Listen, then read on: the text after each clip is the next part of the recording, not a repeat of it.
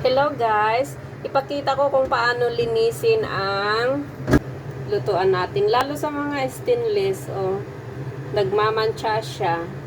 So, ang gagamitin natin na panlinis is only vinegar. Ito ang pinaka-safe na panglinis ng stainless na lutuan. Lagyan ng vinegar. Ganon siya.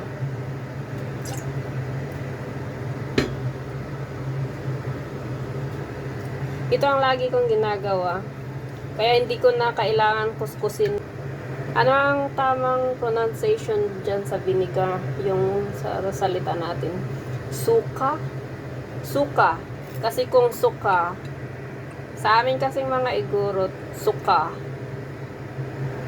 Pero pag sa Tagalog, iba yung ibig sabihin ng suka. Suka is vomit. Pero yung suka sa Tagalog is vinegar. Ito, ayan.